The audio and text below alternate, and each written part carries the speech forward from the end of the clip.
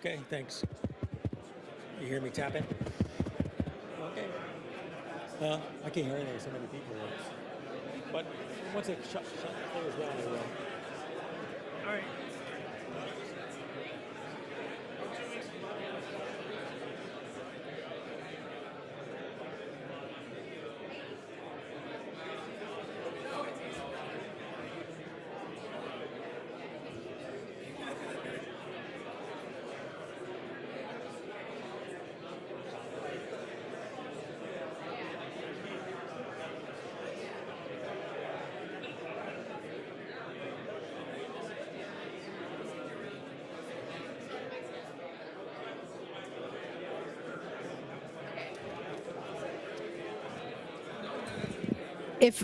Is it on?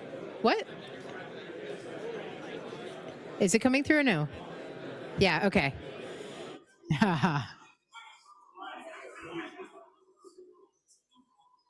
Wait, so yell louder, you're saying?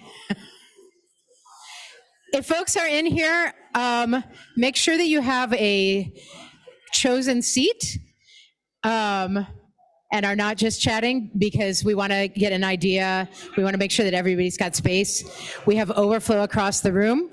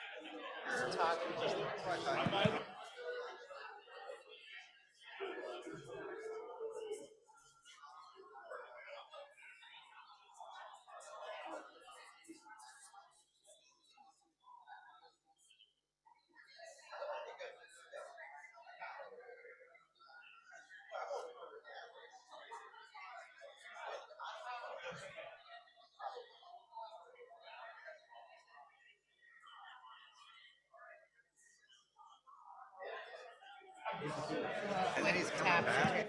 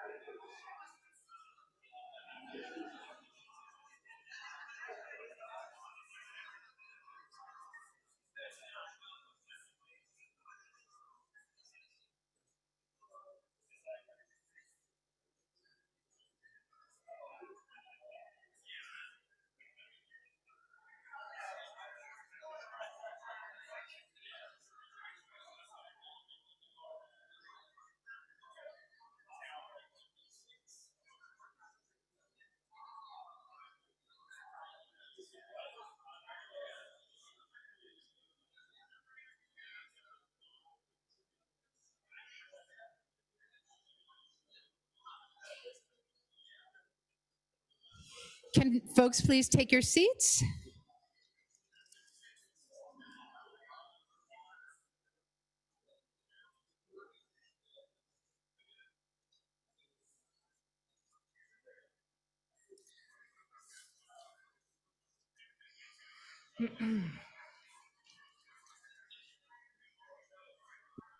So, Bobby?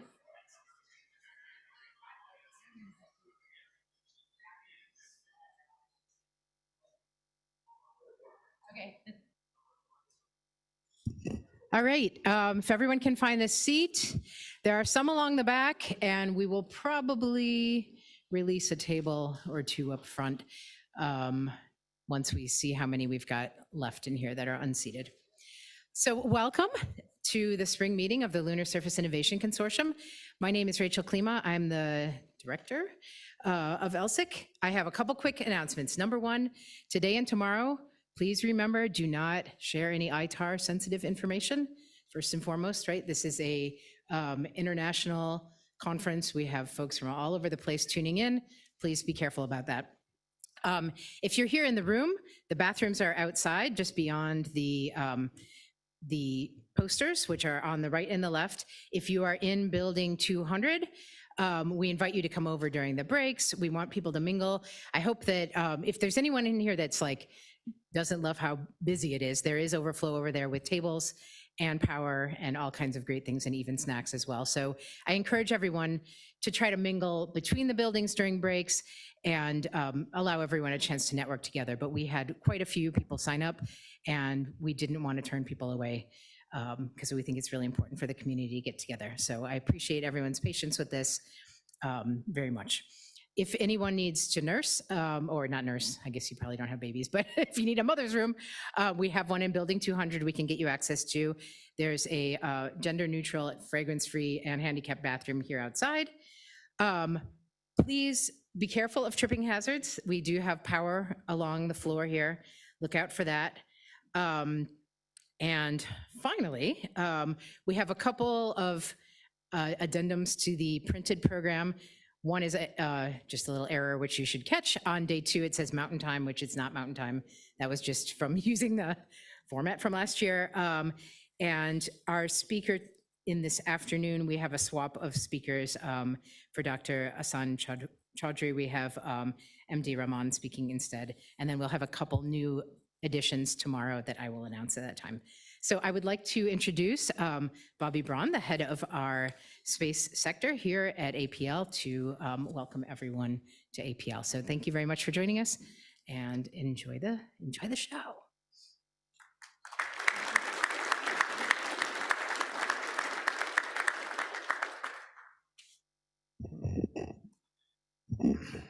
Good morning. There's like 300 people here. You could do better than that. Good morning. Good morning. There we go. Welcome to APL and welcome to the LSIC spring meeting. It is great to see so many people here. We've got over 300 people who registered and who are coming in person and several hundred more online. This is by far the largest meeting that LSIC has ever had, and we're super excited to have you all here and for the conversations that are going to occur. You know, it's not just the presentations themselves, but it's the networking time and it's the conversations that occur in the hallways or in the margins where a lot of innovation occurs. And so we're very, very happy and pleased to have you all here.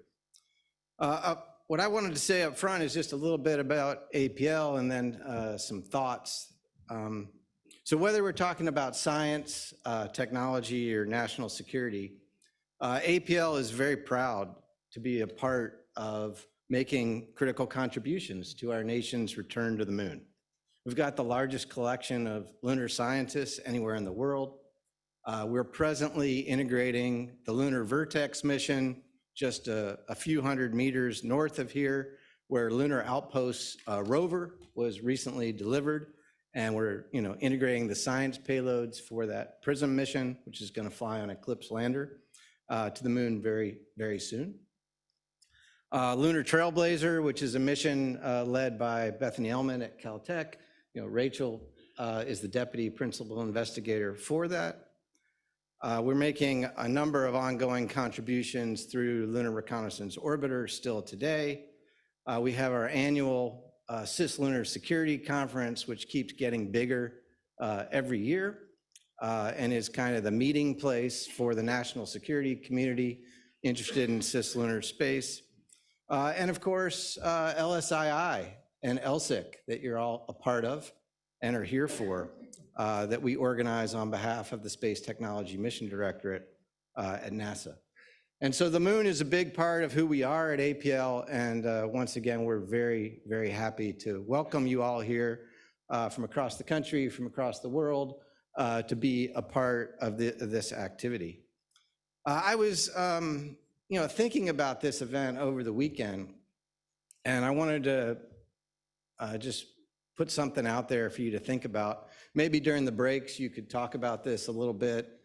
Maybe it's a conversation starter for a few of you, but let me give you a little bit of history. On April 5th, 1950, several of the nation's top scientists met in the living room of James Van Allen. At the time, James Van Allen was on the staff of the Applied Physics Laboratory. And they had a vigorous scientific discussion. And one of the things that came out of that discussion in 1950, that the time was right to have an international geophysical year. And so a few years later, they worked that idea and they took it through the various science councils around the world. And a few years later, in 1952, that concept of an international geophysical year was ratified by what is now, at that time it was called the International Union of Science Councils, but today it's just called the International Science Council. This was a grassroots, community-led idea that was adopted around the world. It was modeled on the International Polar Years that had occurred in 1882 and 1932. And the International Polar Years were put together, of course, to get scientists from across the globe to study the Arctic and the Antarctic regions. And from that, the International Geophysical Year sprung. And when it was announced in 1952, it was put in place from July 1 of 57 to the end of 58 to coincide with the solar cycle maximum. And of course, you all know that 57 to 58 was a huge time for the space program. 67 countries from around the globe participated in International Geophysical Year projects in that time frame, including the launch of the first satellites by the Soviet Union and by the United States, and discovery of what became the Van Allen radiation belts, right? So take that idea and thinking forward, thinking about why we're all here today. You know, the 70th anniversary of the International Geophysical Year is not too far in the future. It would be July 1st, 27 to December 31st of 28, when that 70th anniversary would come about. And think about what we'll be doing in that time frame. In fact, think about where we'll be in terms of science and economic activities and national security activities, commercial activities at the moon in just a decade, in just a few short years, really. You know, today, more than 20 nations have signed the Artemis Accords. A host of nations and organizations, government and otherwise, will be conducting science, economic activities, technology activities in cislunar space and on the lunar surface. By 27, 28, a lunar trailblazer will have completed its primary mission.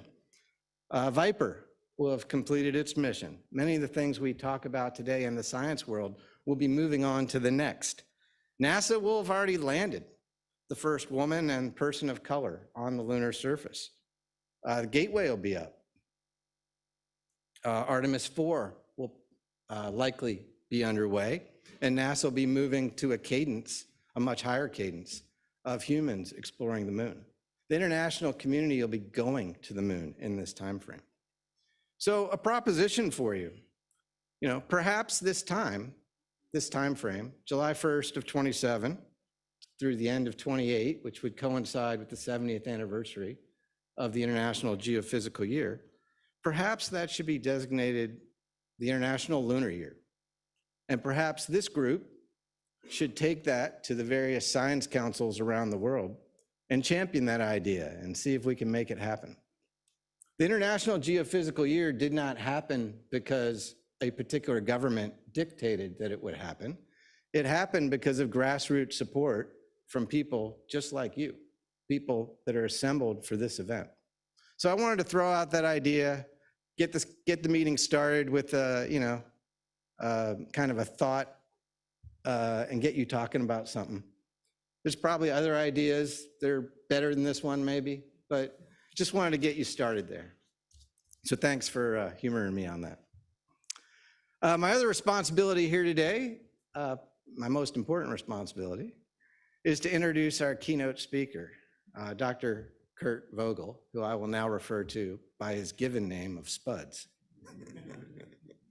Spuds is the Director of Space Architectures within the Office of the Administrator at NASA, and he served in this role since July of 2021. He joined the NASA community with over 32 years of US government service, primarily in the Defense Department, as a technical leader, senior program manager, and as chief technologist. Prior to his NASA appointment, he served 6 years at DARPA, leading a broad range of innovative research activities spanning stealth technology, electronic warfare, air and space integration, and space control systems. Somebody's got to get their phone. There you go. And before that, there you go. Maybe they're telling me to get off the stage. And before that, Spuds led the research and development efforts at AFRL's System Technology Office, and also served as the acting chief technologist in the NRO's Survivability Assurance Office. Even before that, he served as an Air Force officer in both the air and space domains. He's a graduate of the US Air Force Test Pilot School. And maybe the most cool thing about him, he's flown 40 types of aircraft as a flight test engineer and a civilian pilot. He was also the chief technology officer for the Next Generation Bomber and led the production acceptance program for all B-2s that are presently in the US inventory. Spuds earned his master's degree and PhD both in astronautical engineering from the Air Force Institute of Technology and a BS in astronautical engineering from the United States Air Force Academy. I've been working with him closely since he joined NASA, and I can tell you there is no greater advocate for our capability to return to the moon than Spuds Vogel. Please join me in welcoming him here to the stage today. Spuds?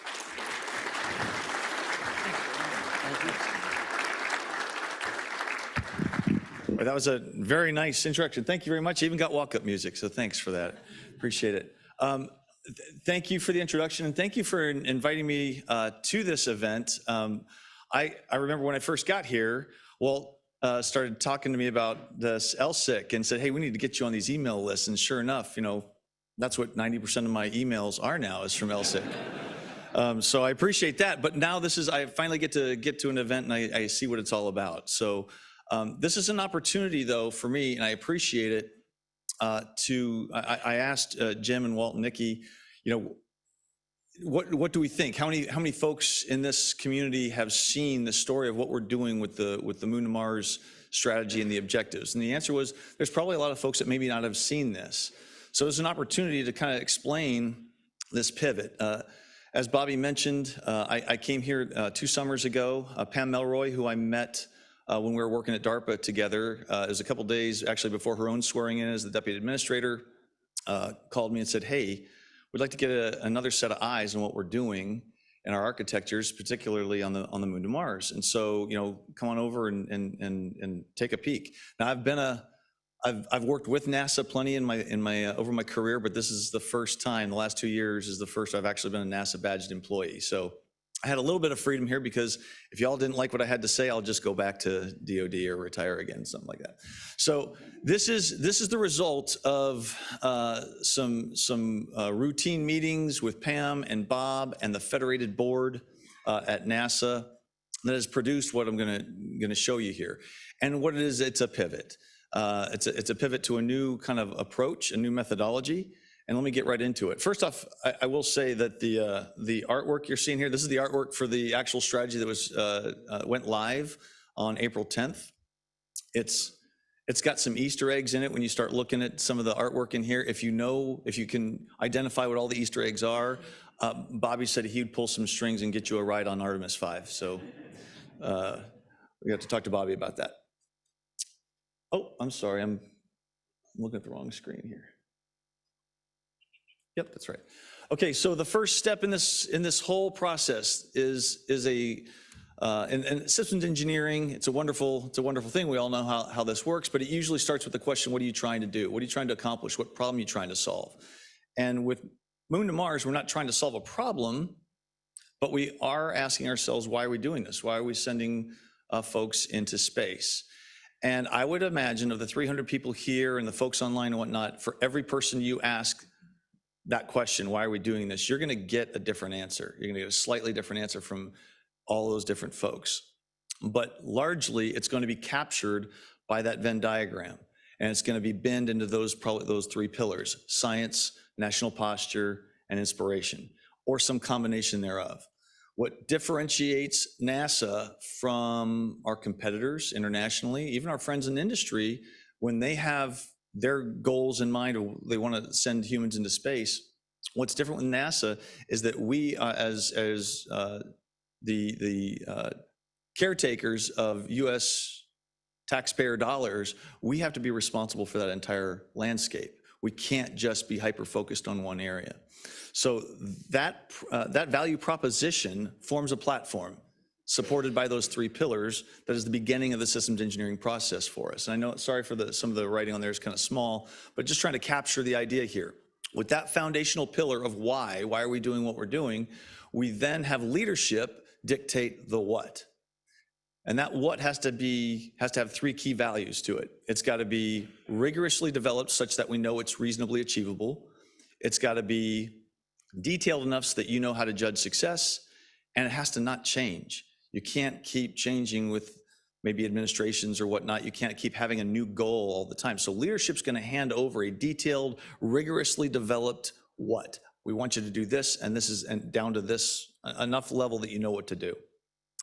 Then the professionals take over from there with an optimal systems engineering process, and they develop the how. You now determine the elements that flesh out the what, if you will. You have all the elements. It's usually run by a responsible organization. Most places it would be a program office. At NASA, that responsible organization is Jim Free's organization, ESDMD, the Exploration Systems Development Mission Directorate.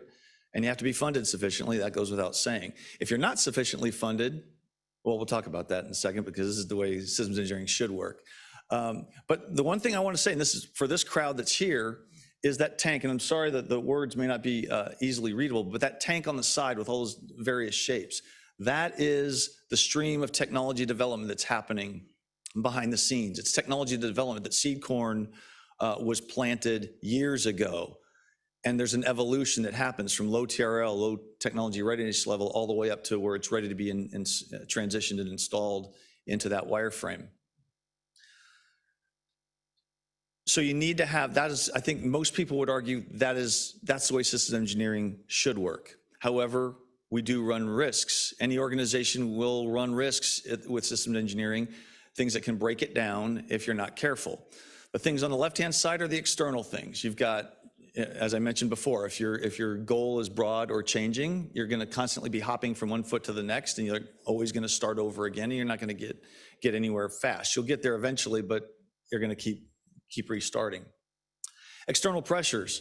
This is when folks are rolling in and they've got suggestions, they have demands, things that they want to see. Maybe they didn't have the technical rigor that was behind forming the plan to begin with, so that's going to create some problems for you. And then the insufficient funding. If you're not sufficiently funded, that program now becomes a level of effort. And if it's level of effort, that just means you're taking the budget that you do have and you're investing what you can, and you're kind of chipping away at the problem. You're probably still going to get there eventually, but if it's a competitive environment, you're probably not going to succeed on a pace that most people would deem successful in the big scheme of things.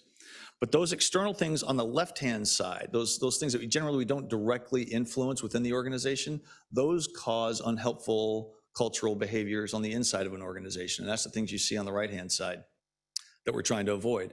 So people get nervous if the goals keep changing or they don't really understand what the goal is. They get fearful that their particular project or sub piece, sub element, system, subsystem, component, whatever it is, they get into their stovepipes, which I like to call cylinders of excellence. So they hide in their cylinder of excellence because they're afraid of being cut. They limit their communication. Whatever they do talk about, everything's perfect and rosy. And because there's not a consistent, oh, I just realized I repeated, there's a cut paste error there.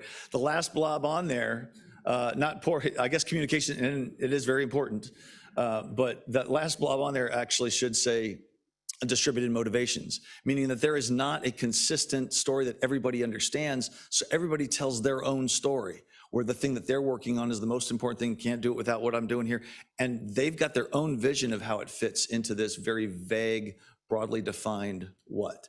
So this creates, and so of course, the people on the outside, when they start asking questions about what we're doing, and the people on the inside have all those elements on the right-hand side, unsatisfied with those answers, multiple answers, different answers, they then start to help.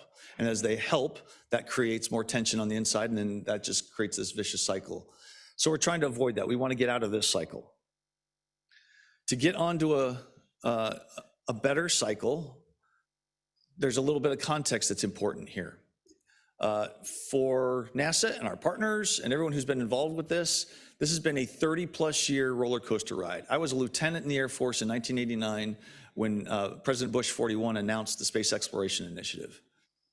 That was 34 years ago, right? And so that's a long time, and we've been on this roller coaster. And one of the big dips in that roller coaster ride was when Constellation got canceled. And so there's a lot of PTSD that everyone experienced from that, both inside the agency and our partners, because it wasn't just the rug getting pulled out from NASA, it was everybody who was playing with us as well. So that created a lot of stress. And at the time, the way of dealing with that, limited budget, and the program getting canceled, is we shifted into this capability-based framework, meaning we're going to build a rocket, we're going to build a spacecraft, we're going to have the ground system, and we'll just be ready to go wherever we're sent to go. So there wasn't really a mindset of like how this is all integrating, what the plan is. It was capabilities based, and that was as Pam likes to say, we're not throwing shade on that approach. We're just saying that it's not going to fully get us to from a strategic standpoint in a competitive environment. It's not going to get us where we want to go on a pace that we want to get there. So we need to shift. But there's one last element of this. Imagine we had that wireframe. So the how's been built out. That's the Moon to Mars plan. We've got that all built out. And we're going to inevitably, we're going to receive limited funding. Happens all the time. Happens in all the programs I've ever worked on or portfolios I've ever run. So what do? Well, you can do one of two things. You can take that limited funding and shrink wrap that wireframe around the limited funding you have. What you're effectively doing is changing your plan. You don't have the plan you had before. Now I've got a new plan. This is what I can afford. That's one thing you can do. I'd recommend against it because that becomes your new baseline, your new plan, and it actually didn't have any of the rigor that went into building that wireframe on the left-hand side. Stick with your plan. Just prioritize and plan and be prepared for more fruitful days. Well, that, I believe, is what happened in the wake of Constellation being canceled. When we were doing the capabilities-based approach, I was assured and told by folks that there was a plan. Interestingly enough, though, not everybody knew the plan. There were some folks at the top that knew about it, and there was either a real or perceived disincentive to communicate that plan. For a lot of reasons, it goes back to the fears on the previous chart. So what happened over time is that wireframe was not understood by folks, and all you were left with is this cloud pattern of the distributed things that were being funded. And that's, if you're in the vicinity of some of those blue elements on there, you can kind of see what the wireframe probably looked like. But what if you were in part of that wireframe, if you were working on one of those technologies that was off on the side somewhere, you were stuck to telling your own story. And that gets us right back to the whole, everybody had their own version of the story along the way. So what we need to do is get back to having a wireframe. And we need to be thinking strategically so that we can be flexible and resilient at the same time, because political resilience is very important here. We want to be resilient in 3 different ways: financially, technically, and politically, and we want to do this in a unified manner. So the way we're going to do that, it started with Pam then challenging the Federated Board, actually challenging the mission directorates through their representatives on the Federated Board. With first, she and Bob Cabana posited this is our strategy. This is the objective. If we're going to do an objective-based approach, this is the objective. This is the goal. If you're looking at a timeline, furthest on the right-hand side. So and we call this the blueprint statement, or the blueprint bumper sticker. Create a blueprint for sustained human presence and exploration throughout the solar system. Now, if you just left it at that, I would submit to you, you're right back into one of those red blobs on the previous chart if it's too broad. Almost anything that anybody does can say, yeah, I'm doing that, right? So you got to come down a notch. That gets us to the next principle. The strategy, the methodology that we're following follows that robust systems engineering process and 5 interrelated methodology principles. The first is objective-based. That's that statement right there. The second principle is to architect from the right. Basically start from that objective and now start deconstructing from there. And at each level that you deconstruct, you keep asking yourself, what does it take to do that? What does it take to do that? To the next step. So when Pam and Bob challenged the mission directorates with, okay, I want you to take that bumper sticker and I want you to now determine what those top level goals and objectives are, the things as you just come left off of that, what are they? And they had proposed, I should say, we will probably have these objectives in those 4 buckets: science, infrastructure, trans and hab, and operations. Science, we're answering questions about ourselves and the universe. Infrastructure, critical support for getting this done over the long haul. Trans and hab, we got to get there, we got to get back, and we need to survive along the way. And then operations, we're going further, we're staying longer than we ever have in human history. Turns out the Federated Board agreed with Pam and Bob and said, yep, those are the right buckets. And then I'll tell the rest of the story in a moment, but basically there was a draft set of objectives we came up with last spring. You probably saw those. Those eventually grew to 63. I'll tell the rest of that story in a moment, but sticking with these principles here of architecting from the right, you continue to deconstruct, decompose each step along the way, keep adding more qualifiers and requirements on there until finally you get the wireframe that we were talking about. You're going to finally get that wireframe. That's the plan. It's at that point, then you turn it into mosaic when you start assigning who's doing what, whether it's centers at NASA, industry partners, international partners. That's where the mosaic comes in. A lot of people see those objectives and goals and go, okay, where do I fit in? And the Viking feast begins. They start grabbing at the table and like, what part's mine? That has to be developed. You got to keep working left and get that all built out in that framework before you try and start to assign acquisition processes and whatnot. The third principle is, as I mentioned before, consistency of purpose. Once we have that plan in place, we want to be consistent, right? Stick with the plan. And there's a subtle but important difference between sticking with the plan and sticking to the plan. We're not saying stick to the plan because that would say we're not going to budge, we're not going to move. It means we'll change things as new technical insights come into mind, as you know, even maybe a value proposition shifts or whatnot. All we're saying is that if we make any changes to this, it'll endure the same rigor that developing the original plan endured. So we got the plan. We're going to make sure, and almost these could have been inverted. Developing the plan itself and then sticking with the plan needs to be unified. People both inside the agency, our partners outside the agency, the stakeholders across the river, everybody needs to understand and articulate the vision, goals, and objectives of what we're doing. Otherwise, we break into those red blobs and everyone's doing their own thing again. And the way that's all going to get tied together is through enhanced communication and engagement. That is the lifeblood for all of the rest of these principles. It's what's going to make it, it is what will make it work. As I mentioned before, the real or perceived disincentive to communicate the plan. Well, that's step one. We have to talk about it. And I don't mean talk about it after the fact. NASA is not bad at communication. I mean, we know how to showcase our successes very well. We're good at communicating, especially externally. What we're talking about doing here is we're talking about bringing people in to the creation of the plan and the modifications of the plan and the execution of the plan to make sure that people are looking under the hood and can see everything that we're doing along the way and participate in this effort.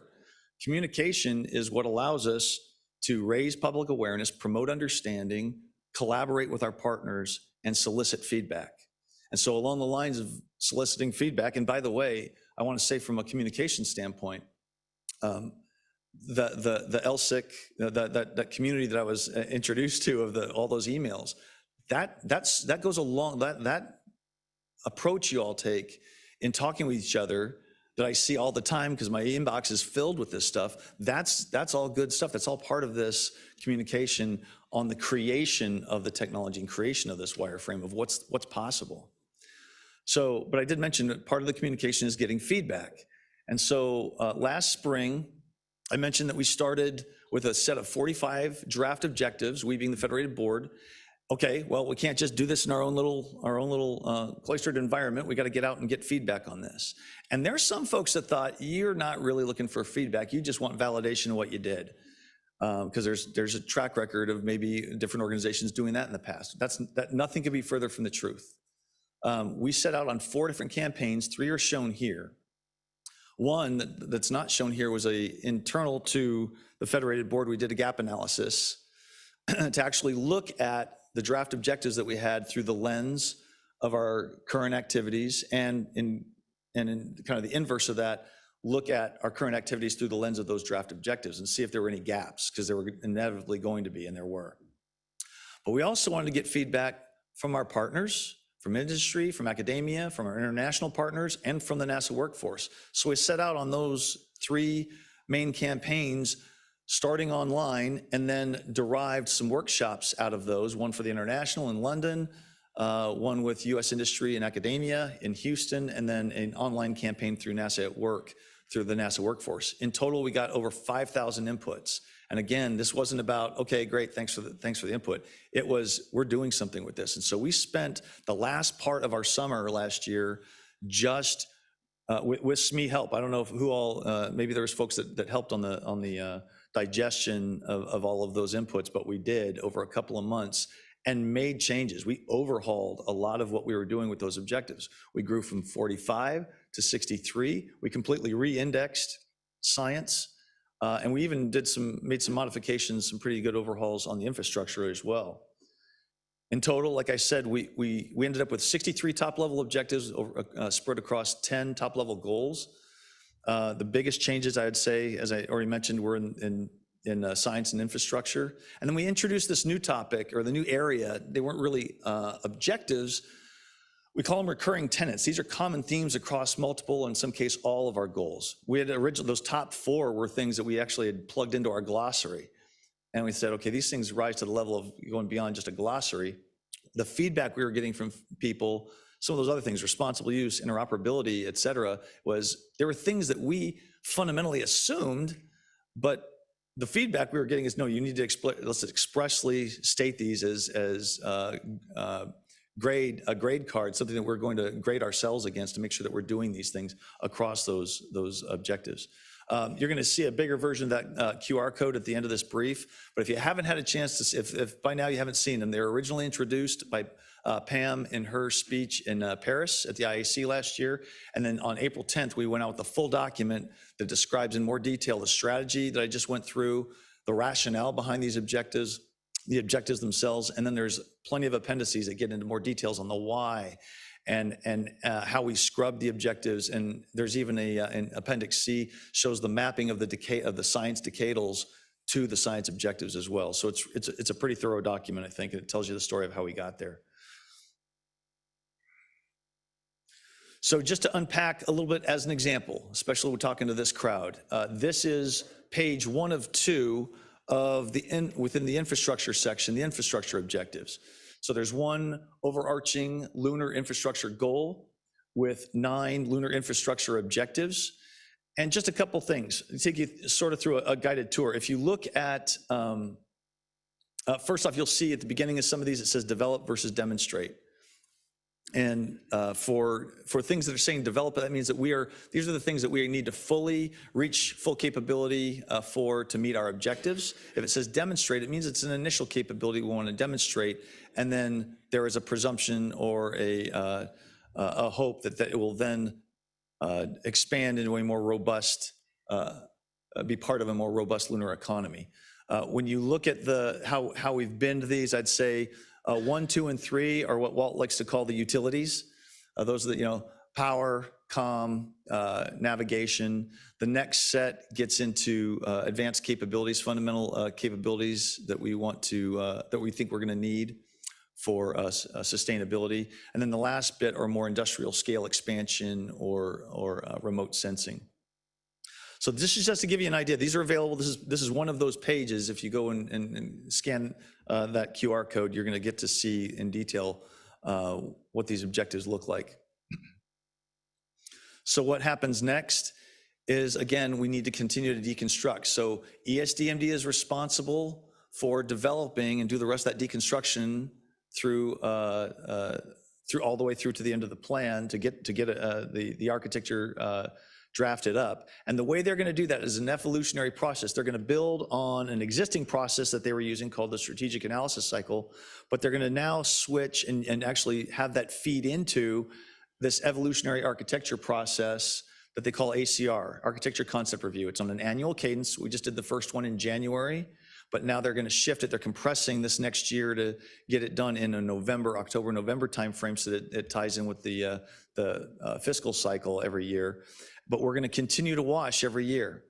We're going to meet, the senior leadership of NASA is going to meet on this once a year and then publish out what it looks like. And they're doing this in segments. I'm not going to steal Pam's thunder. She's going to talk about this tomorrow about a little bit more detail about how this is structured. But it's a process. And I felt like we needed to remind ourselves internal at NASA, but we need to remind our partners outside as well. This is going to take time. If we rush this and say, okay, here it is, this is the whole answer, we're going to get right back in that old cycle again. We don't want to do that. So it's going to come out in segments. ACR 22 is focused on the human lander return. And now we're going to, this next year is going to start to open that aperture a little bit, looking at the Mars piece of it, as well as some of the science that we didn't quite cover in the ACR 22. So that's a cycle. Be looking for that. And I'm going to get off the stage now. I just want to, there's a slightly bigger version of the, oops, sorry about that. There we go. That's a slightly bigger version of the QR code. If you didn't get a chance, seriously, please take a quick scan of that. I don't know if these charts are going to be available to the folks that are online, but we can certainly get it to you. And with that, I believe, am I introducing Jim? Or, all right, Bobby's going to do it. All right, thank you very much. All right, and we'll do questions in the fireside chat, yes? All right, thanks very much, appreciate it.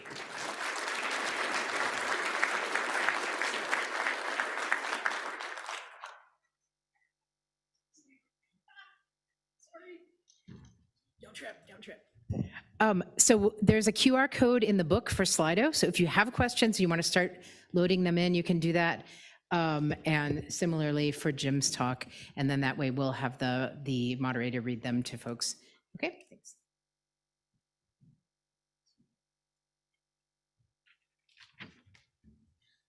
I'm the designated introducer in chief. That was wonderful, Spuds.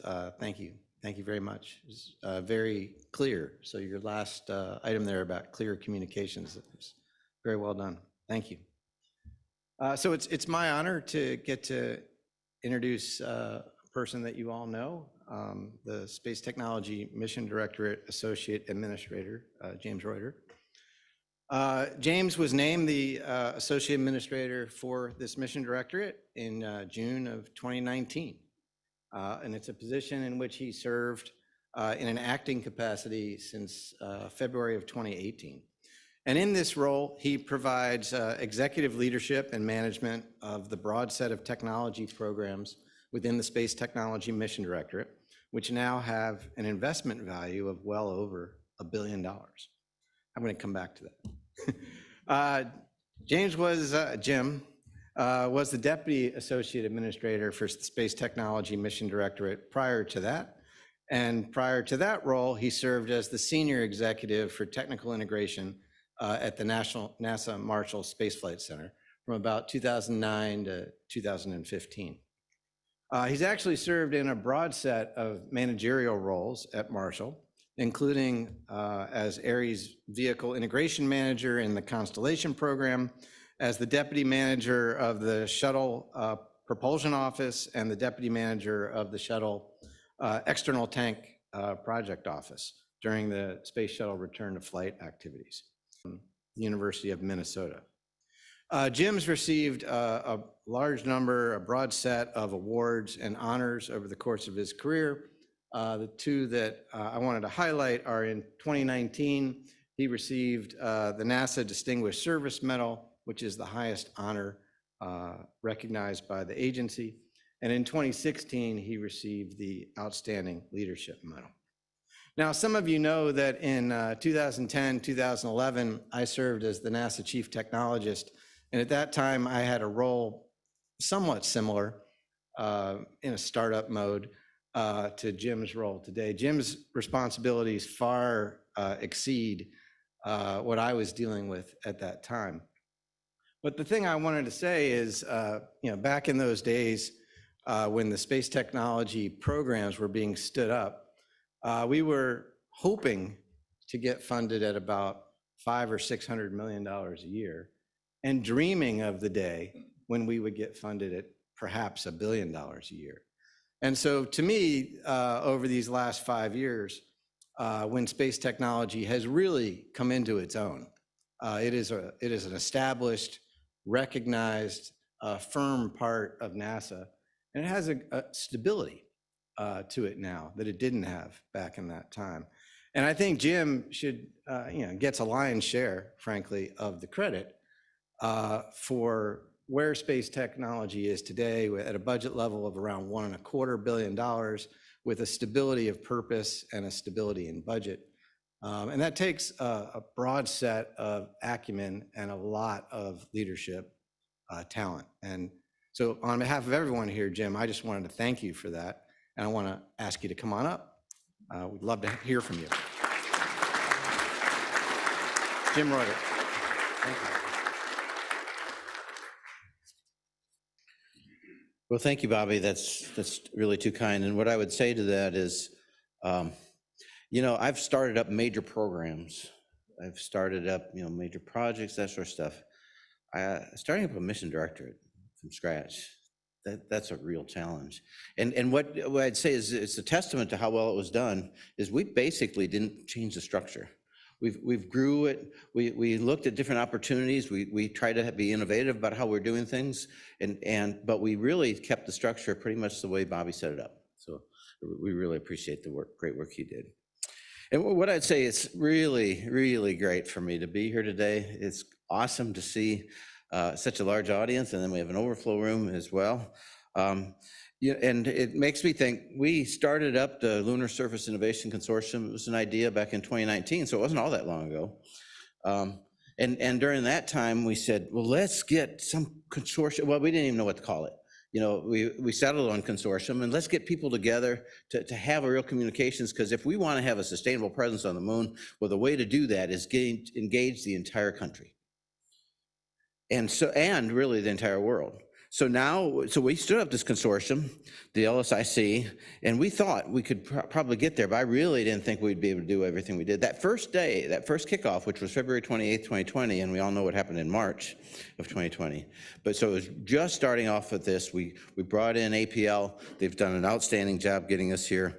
And we have now, since then, I think it's just our seventh time, seventh of these meetings that we have. And now we are up to the point where we have over 750 organizations that are actively participating on a monthly basis. There's all 50 states represented. 48 countries are part of this right now. The District of Columbia, several of the, what am I trying to say? Oh, well, anyways, so we've had thousands attend our biannual meetings. The first time we did a survey, and over half the people had never worked with space tech before. In fact, probably a lot of people in this room and stuff, even our host didn't have that much for it. And it's really going great. And I really want to thank Johns Hopkins University, the Applied Physics Lab, for hosting us today. The outstanding job that our folks at NASA do with the folks at APL that put this together, just an outstanding job. I can't say enough about it. The web page that we have, the access to information is just outstanding. And so with that, though, I thought I just have a few minutes, and I'll try to talk a few things that we're doing now. Where do I, there. Anyways, just a couple charts here. I know we're running a little short on time, and we often talk about our space technology framework that we've been building. That framework was really dovetails very nicely to what Spuds talked about at the agency level, the objectives we have, lunar infrastructure, transportation. When you look at those things, there's a lot of places that we're touching.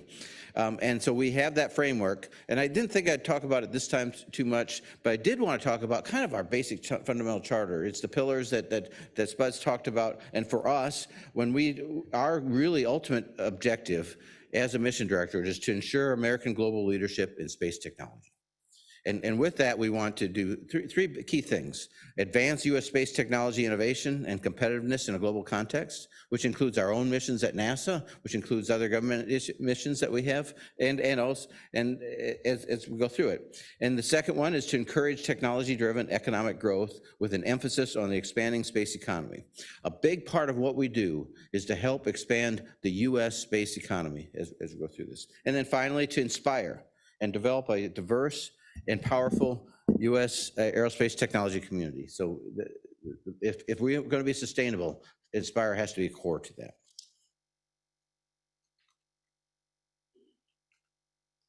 Spuds was so nonchalant about this. I'm really impressed. I can never handle it. Where do I point it to for next? Okay. The window. The people that have the camera shining on me. Okay. I don't have a huge amount of time, but we want to just touch on some of the highlights, just things that are going on right now. And so I'll go through them fairly quickly, just to give a sense of the breadth of what we do. The top left item is the Lofted. We named the mission dedicate the mission to Bernard Cutter from ULA. That mission was extremely successful, demonstration of a 6-meter diameter hypersonic inflatable decelerator. If you're going to go somewhere with atmospheres like Mars, back to Earth, you really need create a large drag area. The best way to do that in a small package is to have an inflatable. Well, that mission that flew on the JPSS-2 mission in November and was almost virtually flawless. And there's strong interest not only in NASA's missions for us landing to Mars or even returning to Earth, but also from industry. There's actually a very strong push for it. And that's what we try to do, is any of the places where we can check off a couple boxes at the same time. That's great. Capstone mission, you may be aware of. It was a 12U mission about the size of a microwave oven that has entered into and very successfully operated in the near rectilinear halo orbit in front of the gateway system. Working extremely well as we're going along. T-Bird, the upper right, was a very small spacecraft. I think it's about a 6U that's demonstrated, I think, the fastest downlink speed now on optical communications, 1.4 terabytes over 4 minutes. Solar electric propulsion, we've developed the large electric propulsion thrusters that are going on the Gateway power and propulsion element, and they're have entered qualification testing. The flight units are very well along the way as well. The rollout solar array is a great infusion path. It started with 19 SBIRs, and following that, a game-changing development of a large-scale system. As a rollout, it was a good idea, rollout solar arrays, and now it's finding its way in many locations. In fact, it's the replacement arrays on the ISS. It also has flown on the DART mission. It's the solar arrays that will power the power and propulsion element of Gateway, and other uses as we go forward. Moxie on the moon, we developed and implemented several technologies that were on the Mars Perseverance rover, including the terrain relative navigation system that helped us land on the Jezero crater. Moxie is still operating. It's creating oxygen from the Mars atmosphere very successfully. I think we've operated 13 or 14 times now. Let's see, Talos, we developed these thrusters that are now seeing its way into the CLIPS landers. As we go through it, the idea behind this is, hydrogen freezes at just above water freezing temperatures. And so it's very challenging to go through this. The idea behind having a higher oxygen concentration on the oxide for these hydrogen thrusters that we call Talos is we can operate down to like minus 40 degrees or something as we go through this. We just announced a consortium last week at the Space Symposium that we call In-Space Servicing, Assembly, and Manufacturing. We won't touch on that much here, but it's very much related to this, and we're really excited about the interest we have there, and really, especially in this area, this fundamental technologies that we can advance a lot of missions across government agencies. Deep space optical communications, we have what we call DSOC on the Psyche mission that now will fly in October of this year, and it will be demonstrating an optical communication system from deep space, so the Mars environment. Cryogenic fluid management demos, I think when I bet over the last 30 years, I've heard multiple times that if we're going to do something, that the time is ripe to really make a fundamental difference in a lot of the way we operate missions by having long-term storage of cryogenics, oxygen, methane, hydrogen, and have a large-scale and demonstrate large-scale transfer of those on orbit. It opens up all kinds of opportunities, and we have 4 flight demonstrations that we're in development that are very complementary to each other that we're going on that will fly between 24 and 26. And then finally, TechRise is one of my favorite things we do. I think it's the Inspire things that are always the funnest. But with TechRise, what we have is a grade 6 through 12 competition, and we ask the schools, around the country, if you had what is a 2U? A 2U spacecraft, 4 by 4 by 8 inch, what would you do with it in a suborbital environment? Mostly on balloons, but also on rockets as we went through this. And so then what we've done is we've operated 2 years. The first year was kind of a learning year. The second year we got it nailed down so that it operates in the 1 year cycle of school. So we give a call to the schools in August. They develop their plans. They give a proposal. We make selections in January. We give them the hardware they can do. We give them $1,500 as parts and stuff, so that the different school systems are more challenged than others.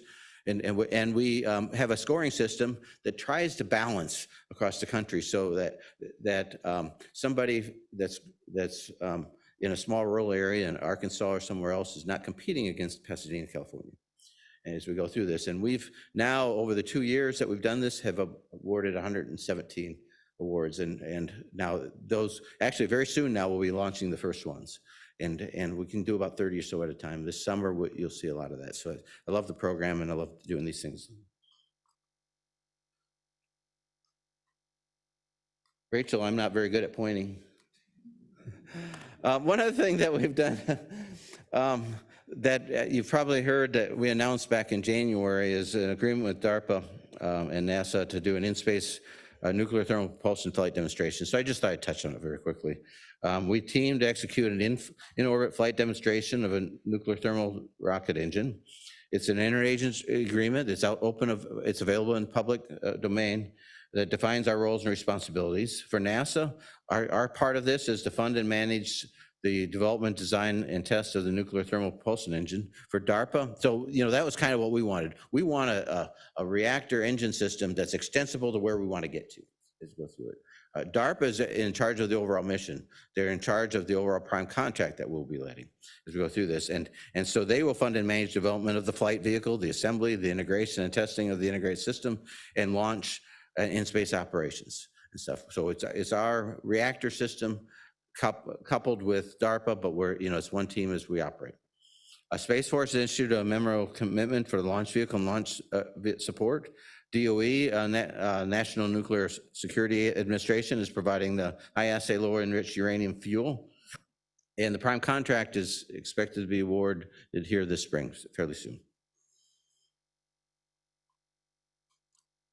I'll touch briefly on kind of a demonstration strategy. If you look at, it may be a little bit hard to tell exactly how the plans that are going through this, but as part of our president's budget request as we issued it, we have an overall strategy for how do we utilize the infrastructure aspects really of that Spence talked about on the lunar surface.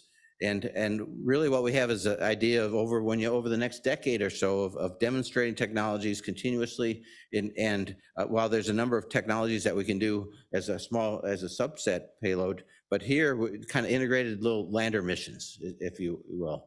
The first one is actually what we call it's the second Intuitive Machines mission. Late this calendar year is when it's scheduled. And it's really the first mission that's dedicated to technology items.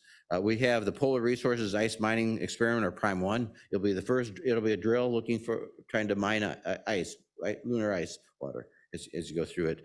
And it will be the first demonstration of that as we go forward. We also on this flight have a Nokia 4G LTE communications network demonstration that we'll do. A lot of these things these are all partnership items. In fact, that's really our push as we go through these things. And then on Intuitive Machines as a deployable hopper, the idea behind the hopper is just what you might expect, to hop around the surface of the moon at about a mile or so at a time, go down into permanently shadowed regions, come back out, that sort of stuff. And we're really excited about all these demonstrations. In parallel to that, we really want to look at recovery from both for water and oxygen as well. The regolith on the lunar surface has an awful lot of oxygen with it, and in the process of trying to recoup that oxygen, you also can recoup minerals and metallics as well. So we're very interested in that, but right now those technologies we're doing as ground demonstrations as we go forward. Then the Viper mission comes along, and we'll use that drill, the Prime 1 drill, as we go through that. The same unit, obviously a second copy of the same design. Then in the mid to late 2020s, we have what are called the CT1 and CT2. That's the designation of the CLIPS mission technology, technology led. And then here what we're doing is we have a lot of technologies.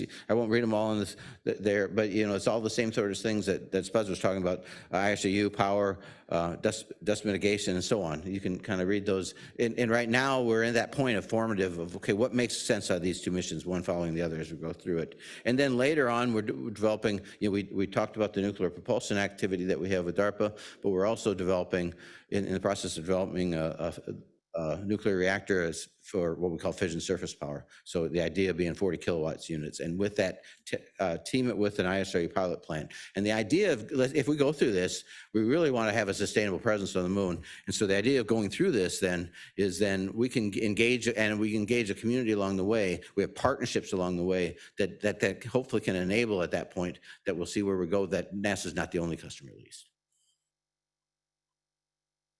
Oh, it worked the first try. I'm getting better, Rachel. Just a couple other things. I'll touch on this because I think I'm getting low on time. A number of things that we do that are on the missions. We do have with Astrobotic, the terrain relative navigation that helped us land in Jezero Crater on Mars. An adaptation of that with a couple of the CLIPS provider is being used to guide their spacecraft. We already talked about Talos. We already talked about the mission. So let's see, and a couple other things, video cameras and so on as we go through this.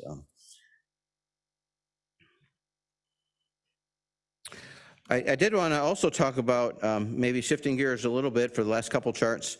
Our funding opportunities. We have a workshop that we're going to be talking with you, I think, for those that are able to stay for Wednesday's activities. And we know everybody, a lot of people have worked with us or trying to work with us with grants, with contracts, with other agreements. And it can be kind of daunting about the number of different opportunities. Where do I fit in? And stuff. So what we're trying to do is we created this tool on our techport.nasa.gov. There's a little booth outside here. And then we'll talk about this on Wednesday. But the idea is to help individuals and organizations search for NASA technology funding opportunities. So please check that out. And there's the QR code as well as to help guide you there. And then one of the items that maybe is kind of I have a lot of favorite things that we do, I guess, but one of the things I really like to talk about is I like it when we try to be innovative as we go through this. And we have this Tech Leap Prize competition. We've had 2 of these before we're getting ready to go a 3rd one. And the idea behind that's really with our Small Spacecraft Flight Opportunities program. And the idea, though, is to look at what's a challenge that we can try to tackle in the time frame of about 10 months or something. Go from idea to flying in a fairly short period of time. We've had 2 of these before that have been very successful. We get some really creative ideas. One was on nighttime precision landing capabilities, and the other one was on autonomous observations, either in an Earth environment or somewhere else. And you can look those up on our website, and they're really exciting things. And so we thought, well, this is a great opportunity. The lunar surface is a great chance to think about things that we can do as a prize challenge. And so we really like to have you help us think about what that next challenge or next couple challenges would be. Just to talk about some recent and upcoming STMD selections. Our NIAC Phase 1 awards were to 14 researchers. It was back in January, $2.5 million. Tech flights for 9 for 9 technologies from academic and small businesses, mostly small businesses, was January for $6 million. Our big idea challenge that we do annually is grants to 7 university teams. This time in March, it was $1.1 million. We have 2 new space technology research institutes that we named in March. And one was on, let's see, quantum sensing, and the other one is on where's additive manufacturing certification capabilities. Thank you.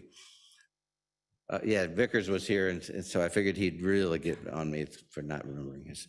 But let's see. But anyways, they're 5-year, $3 million a year. So $30 million we've invested in these research institutes, and we have a number of these that are going on. SBR Phase 2, in April, we announced $95 million worth of awards. Our NIAC Phase 2, in April, we announced $3.6 million. Our space technology graduate research opportunities, which is for grad students, it's research grants from us to do work, and we announced in April $4.6 million worth of awards. The announcement of collaboration opportunity is something we say it's April. This is a way of utilizing NASA's expertise, both in engineering and well as facilities that help industry in their needs. So it's no exchange of funds. And the April, what is today? 24th. Today's the day we're announcing it. So what you won't see, I won't give the names now. That right this morning we're notifying the people there. But the idea this time was we had 2 topics for unfunded Space Act agreements. One is for cislunar surface infrastructure and capabilities, and the other's on in-space infrastructure and capabilities, in space versus cislunar. 16 agreements are with 12 companies ranging from large aerospace firms to small businesses. The thing I really like about a lot of the partnership things we do like this, what you invariably see is the small guys and the big guys compete pretty evenly. It's not a bias towards one or the other, and so it's really fun to see that. And we're sure that a lot of them are actually very much interested in this. I think tomorrow we'll release the announcement as we go through that. Total estimated value of these agreements will be $14.5 million. Oops, no, I meant to go back, but you got a preview of my last chart. Then Tipping Point is one that's been open for a little while. We're actually now at the point, and our expectation is the announcement of the awards will be in May, but right now we're within the next week or so is when we'll start due diligence. We've gone through the whole selection process. There's a couple we're kind of still working out. A large part of this is how much funding can we afford to spend on this, and so we have options for not of saying, okay, we know how much, this much, but maybe we'll evaluate as the year goes on as well. So I do expect that the company should start hearing within about a week or so. Let's see, and then Deep Space Food Challenge, Phase 2, a really fun challenge. If you remember if you saw what Phase 1 was, it was a joint challenge with the Canadian Space Agency, and it was, looking for a lot of different opportunities of how to maintain food and grow food in space. We had Martha Stewart actually announce the winners for us. We had a couple astronauts there, Scott. God, when you stand up here, it's really hard to remember things. So it was a really great competition, and now we're entered in Phase 2. We also have the Civilian Commercialization Readiness Pilot Program of SBR's Phase 2. This is really probably one of our biggest areas that we have with using SBR funding. With matching funds, we can go up to $5 million or something like that. And here in May, we'll be announcing them as well as our SBR STTR Phase 1s. And then finally, just to give you a sense by the numbers of who we are, we, typical year, FY22, we evaluated over 3,300 proposals. We select about 750 of those. We have 1,650 active technology projects with over 900 academic collaborations with over 175 unique organizations. We have over 1,300 industry collaborations with over 700 unique companies. We have over 150 planned flight demonstrations, so about 9% of the projects we have go to flight, currently planned to go to flight. Over 175 patent licenses we issued in 1 year, as well as if you count a transition as being something where somebody else picks up the funding after we've stopped, it's hard to track that, but so that number is certainly smaller than it actually is, but we have over 1,000 transitions. It takes a little while, so since in the last 12 years or so. And with that, I think it's time for us to kind of go towards the question and answer phase, I believe. And I'm looking forward to sharing the stage with Spuds and Nikki as we go forward and address questions that have been posed through Slido. And I should say, I think, so make sure Rachel would have really gotten on me if I had forgotten this. She's pretty much a slave driver too. But so if you scan that QR code for questions that we want for tomorrow's going to be a really exciting morning as we get the heads of the Deputy Administrator for NASA, the Administrator for DARPA, OSTP from the White House, all together talking on collaborations as we go through it. So if you want to ask questions, please go to this to this site here for it. And then with that, Rachel, you're going to move us over? Thank you. Thank you, Jim. So if the panelists or the chatters for the fireside chat would like to make their way to these slightly less comfortable than I anticipated chairs, go ahead. And so I'd also like to introduce Nikki Werkheiser, who is the Director for Technology Maturation in Space Technology Mission Directorate and is an amazing, amazing sponsor. Oh, yep. I forgot. That's okay.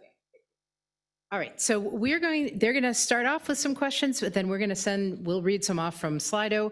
And as Jim said, if you're writing in ones that you would like the broader governmental panel to address tomorrow, please tag them, put some kind of little note, and then we'll save those for tomorrow. We need to have those all together so we can kind of condense them and make sure that we can get through as many as possible when we've got everybody here. So I will pass it off to you, Nikki. You good? Okay. Testing, okay, works. Hello, everyone. So now is the fun part of the program, the more fun. All of it's been fun, right?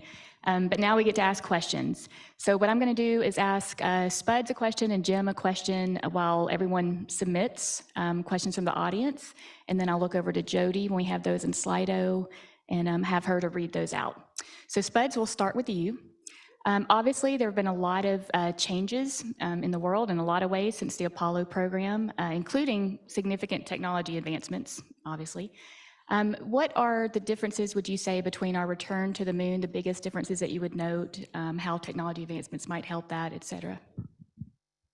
So, well, first off, and I've heard Kathy say this, I'm going to steal her line. You know, the moon didn't change, we did. You know, the difference between the 1960s and now is a big chunk of technology, but also go all the way back to that first slide in my deck with the why, right? There was a different why back then. I would submit to you it was more that lower right-hand side, the national posture, national security, that was what it was all about. And science was a sideshow.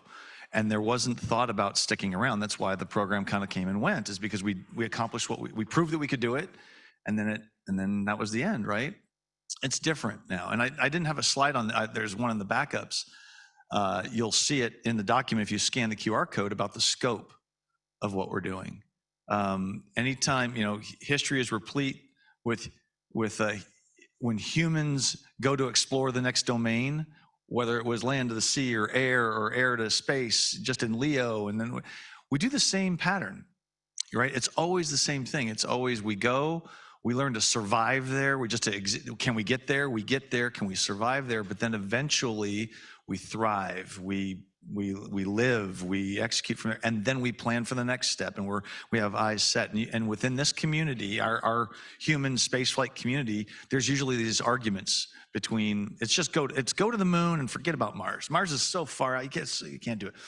There's other folks, the other camp, who says, do the minimum or don't even think about the moon. Let's just get on to Mars. And so that's what I'm saying. It's human nature. We're doing both. And that's what the scope of this whole thing is. It settles that argument. It's not one or the other. It's both. We're going to stay. It's sustained. We're going to a different place on the moon. We're not going to the equatorial belt.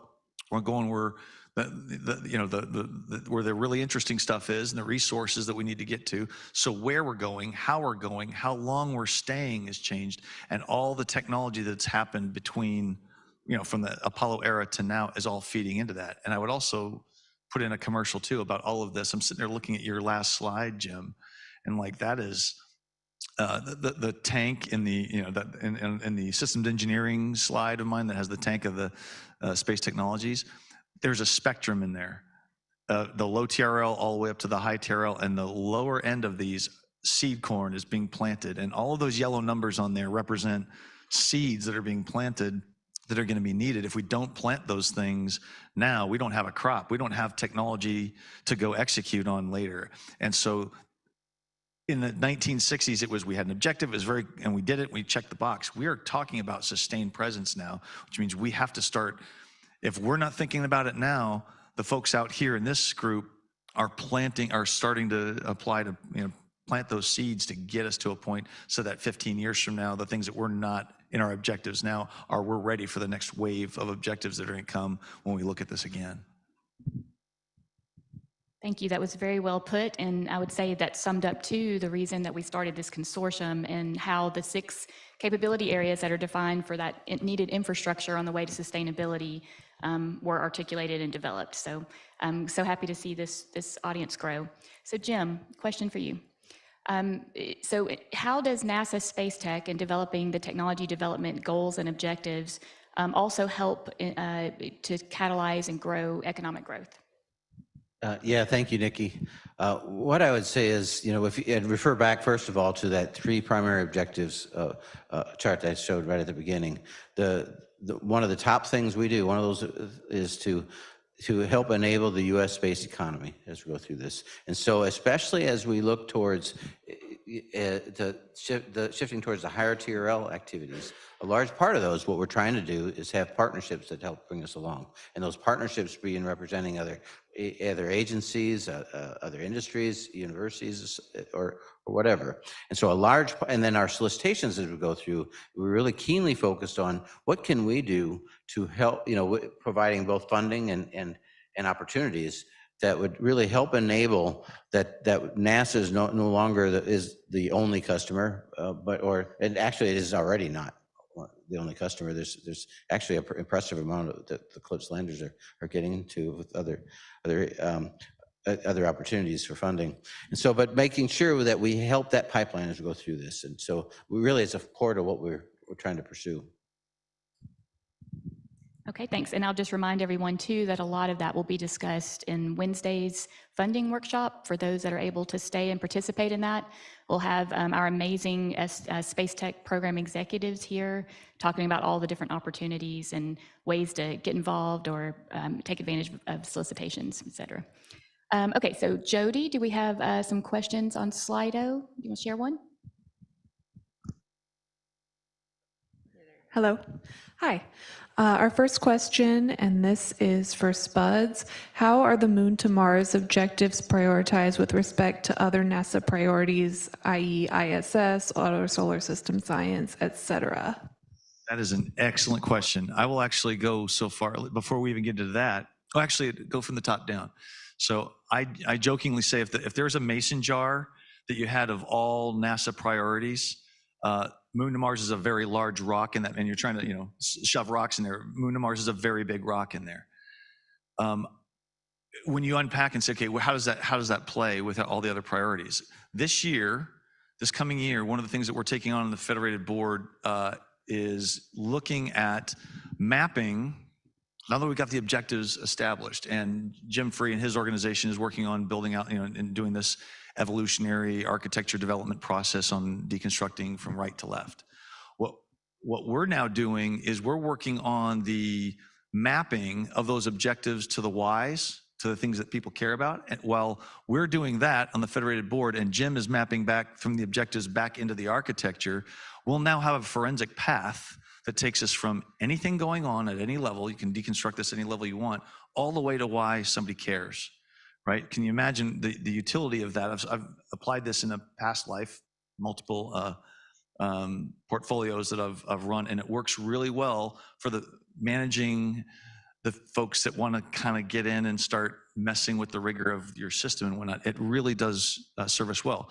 What that also does is it also gives you a natural, you don't have to be married to the numbers, but it gives you a prioritization of things so that when you have the limited funding and you got to distribute that funding across that wireframe, it allows you to put some priorities, because there's tyranny of the urgent in some cases, and there's just prioritization purely from the importance or how much it hits those areas that people care about. So the specific answer to that question is give us some time. We need to work through that this year to kind of actually how to specifically answer that question.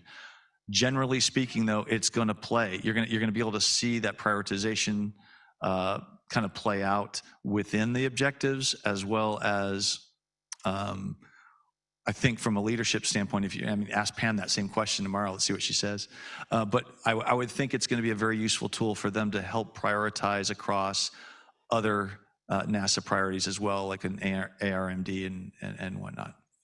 And I'll just add to it, because it's probably one of the biggest struggles I have as an associate administrator is we have a lot of different customers that we're trying to support. Moon to Mars is very high on that list of importance and stuff, but it's far from the only one. There's a lot of science objectives that are outside of the Moon to Mars that we try to look for technologies that can benefit that, as well as more broadly in the space economy as we go through that, and really across the board. So it's one of the biggest things we struggle with, and so that's part of the reason we have principal technologists and system capability leads as we go through this, and a chief architect.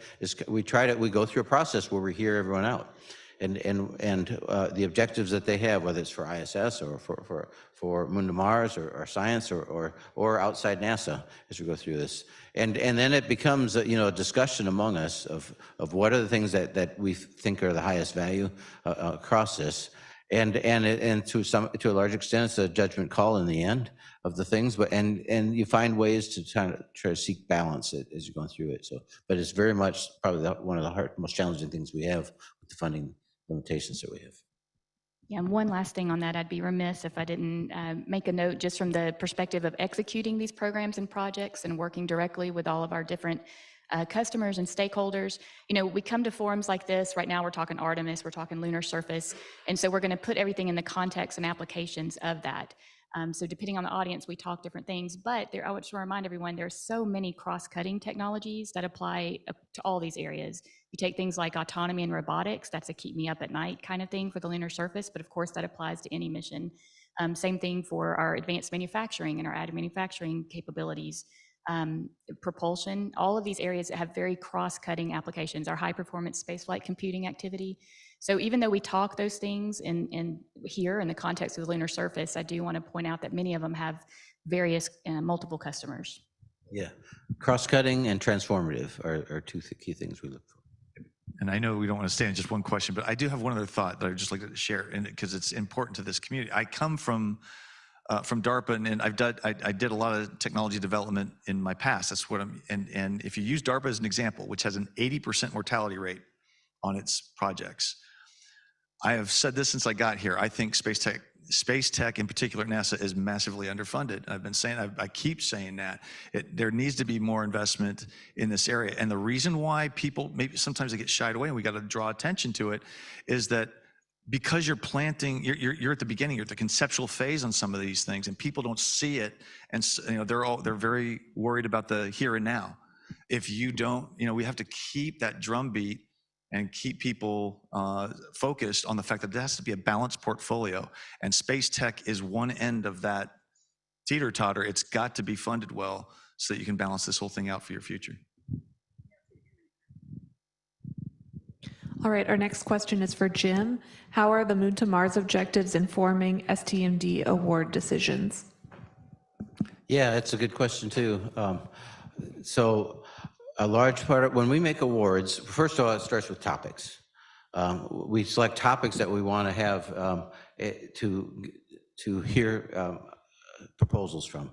Those topics are heavily informed. When we decide, a large part of our portfolio is to do Moon to Mars, and those topics are heavily informed by where do we see the strategic gaps are. That's part of the Moon to Mars objectives, as well as other places. And so then we go through the process of selecting those things, and then it's a value judgment, and as we're evaluating these proposals. But a key part of that is how well are they, how much value are we getting for those, and achieving or mitigating at least one or more of the strategic gaps that we have as part of our objectives. So it really kind of it's kind of core to, as we go through this every step of the way, to look at what can we do here for the portion of our funding that devotes to Moon to Mars. Then we look at how can we create the most value. All right, our next question is for Spuds. What are the plans for international collaboration? Well, that's a big one, isn't it? Put it this way: that is that's a federated board topic about how we're doing that and how it blends not just for Moon to Mars with how each of the other mission directorates have their interaction. So that's a very generic, can't answer that question in a lot of detail. I will say generic, big picture though, it started with the campaign last year and getting feedback from our international partners on the objectives, culminating in the workshop last July in London. And we made a promise. It was actually one of the questions one of the comments that came back, the forms of feedback, is don't make this a one and done. Don't just ask us now and then go away back into the NASA hole and hide and do your thing. And we made a promise then that was not our intent, and that there would be a continual engagement process.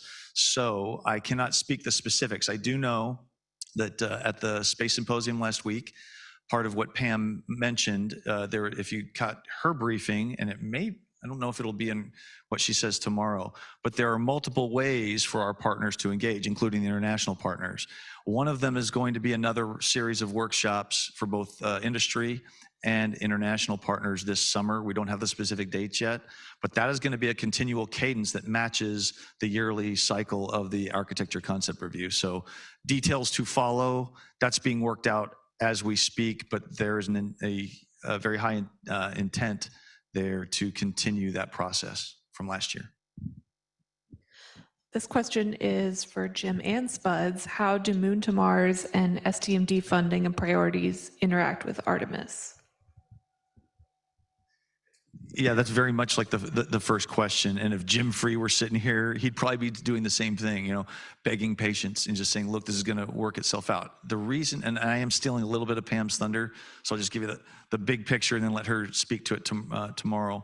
But they have broken up, instead of trying to bite off this entire thing in one shot in 1 year and then come up with that answer where there would be some holes in it, they've broken it up into segments. And the first segment is human lunar return, because that's the thing that's right in front of us. That's Artemis 2 through 5. There are other segments in this process. So the answer to that question depends on when you ask. We're not doing this in one shot. We're doing this in phases. And the ones that are going to hit us more quickly. Obviously, those are Artemis 2 through 5. So the correlation is going to be very close for the products that you see coming out in the architecture development description, I think is what it's called, ADD. You're going to see that correlation very tight with Artemis. It's then, as you start to bake in the science and the pieces on Mars and whatnot, a lot of infrastructure things that are forward-looking, that's going to get a little bit, I think you're going to see that play out. Some is going to be soon in, but some it's going to be further out. So it's general. And I'll just add to that, from a space tech standpoint, we're a fundamental part of the Federated Board. As these discussions goes on, then we're a key input to that, and throughout the whole budgeting process. And for us, space tech is the people, we're the ones that need to look forward. We need to be working on the things here that are going to be needed 10 years from now, 5 years from now, 10 years from now, 20 years from now. Because technology, complex technology takes a long time to develop. Many of the things we do take 20 years as we go through this. So a big part of what we need to do is show that forward need and in today's environment that's going through it. And I know I'm not supposed to, but I'm going to add to that. So first of all, this is a good opportunity. At every one of these meetings, we try to, and they'll probably get mad at me later, but I want to introduce a few people in the audiences, so if you can stand up. First, I want to say our Space Tech Chief Architect is here, and I want to introduce her, Michelle Monk, because these are the folks that, there she is. So Attack at Lunch, you can go talk to Michelle. She is the sole person responsible for working across all these, no, I'm kidding, but she is a lot of it, to work across the programs with the stakeholders, do the top down, bottom up on what those priorities and phasing are. And then if our principal technologist and our system capability leads can please stand up. I always like to point them out before the lunch break. Jerry Sanders for ISRU over here. Who all we got? Just shout out your name. We got John Vickers for advanced manufacturing. Go ahead. Wes Powell's here for avionics. I just went blank. Avionics. I was about to say autonomy. It starts with an A. Go ahead. Excavation and construction. Anybody else here? I know we have folks online as well. And I just wanted to say too, when Jim talks about the next 5, 10, 20 years, a lot of that, there's a lot of work being done all along the way though. So you take something like our power systems. We have vertical solar array technologies that we're developing now with 3 companies building ground prototypes. We hope to do a flight demo in the mid to late 2020s on that technology. So there's a lot happening in that time frame that does require funding. So that's one of the key messages that we have to really get across. Okay. I know we would like to talk forever, but I think we're about 5 minutes over from our schedule, so I'd like to thank the speakers again.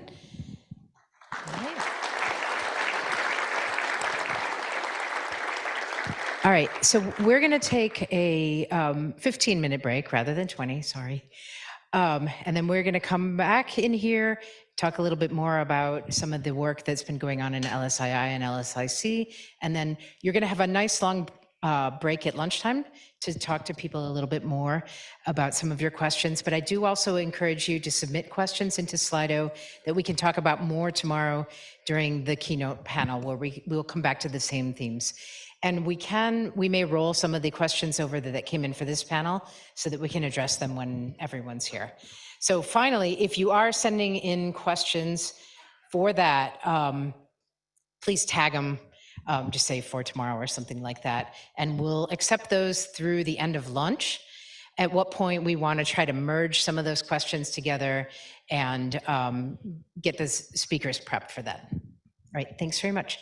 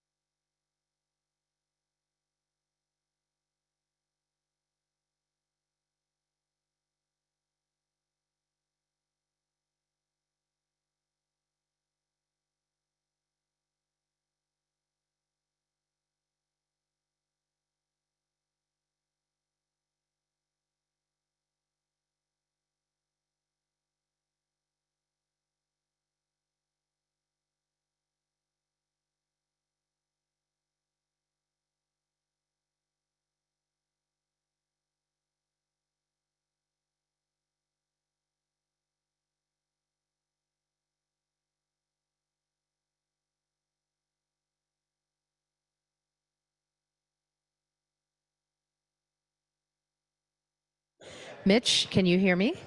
Can you put the slide that you almost just put back up, put that one up with the Slido code? Sorry.